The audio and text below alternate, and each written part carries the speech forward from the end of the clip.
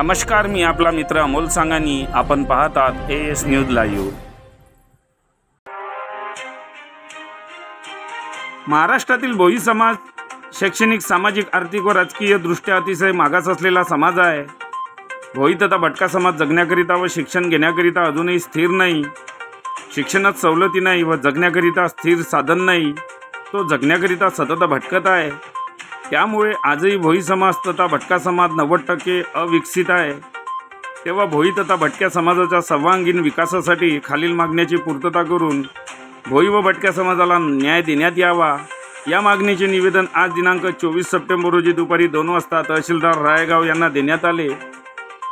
यावेळी भोई भटके विमुक्तांसाठी तिसरी सूची तयार करून SC/STच्या धर्तीवर योजना लागू कराव्या, पेसा कायद्याअंतर्गत ग्रामपंचायतला मिळालेल्या तलावावर मासेमारी करण्याचा प्रथम अधिकार प्राथमिक मच्छीमार सहकारी संस्थांना देण्यात यावा, भोई भटके विमुक्त समाजाला सरसकट घरकुल मिळावे, भोई भटके विमुक्त समाजाला क्रीमी लेअरची अट रद्द करावी, भटके विमुक्तांना स्थानिक स्वराज्य संस्थांच्या निवडणुकीमध्ये आरक्षण द्यावे, झाडगाव व रायगाव येथील पूरग्रस्त भोई समाज वस्तीसाठी नियोजित मंजूर लेआउटचे काम त्वरित चालू करावे, यासह विविध मागण्या भोई व भटक्या समाजाच्या मान्य करून न्याय देण्यात यावा.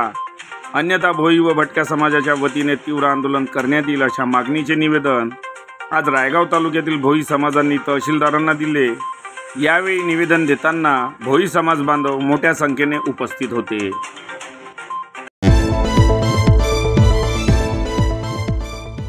आमच्या भोई समाजाच्या मागण्या आहे भोई भटके विमुक्तांसाठी तिसरी सूची तयार करून SC/ST धर्तीवर योजना लागू कराव्या, पेसा कायद्याअंतर्गत ग्रामपंचायतीला मिळालेल्या तलावावर मासेमारी करण्याचा प्रथम अधिकार स्थानिक मच्छीमारी सहकारी संस्था देण्यात यावा, भोई भटके विमुक्त समाजाला सरसकट घरकुल मिळावे, भोई भटके विमुक्त समाजाला क्रीमी लेअरची अट रद्द करावी आणि भटके विमुक्तांना स्थानिक स्वराज्य संस्थांच्या निवडणुकीमध्ये आरक्षण द्यावे. तसेच या ठिकाणची स्थानिक मागणी म्हणजे अशी की झाडगाव तसेच राळगाव येथील पूरग्रस्त भोई समाज वस्तीसाठी नियोजित मंजूर लेआउटचे काम त्वरित चालू करावे आणि भोई समाजाला सरसकट घरकुल देण्यात यावे. भोई समाजाची संख्या मोठ्या प्रमाणात असताना सुद्धा या ठिकाणी बऱ्याच ठिकाणी अजूनपर्यंत घरकुल मिळालेलं नाही. भोई समाजात राहायला घर नाही आहे, पडक्यावस्तीत राहत आहे, नदीच्या थडीवर राहत आहे, तरी घरकुल मिळालेलं नाही आणि म्हणून त्यांना घरकुल मिळालं पाहिजे, ही आमची प्रथम मागणी आहे.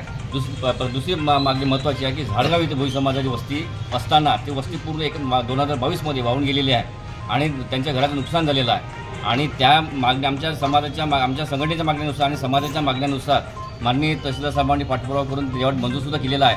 परंतु 2 वर्षे होऊनसुद्धा लेआउट मंजूर झालेलं नाही. तरी आमची मागणी आहे की लेआउट मंजूर व्हावं आणि घरकुलाचं काम चालू करावं, ही प्रथम मागणी आहे, जेणेकरून पुढं नुकसान होणार नाही समाजाचं, ही मागणी आहे.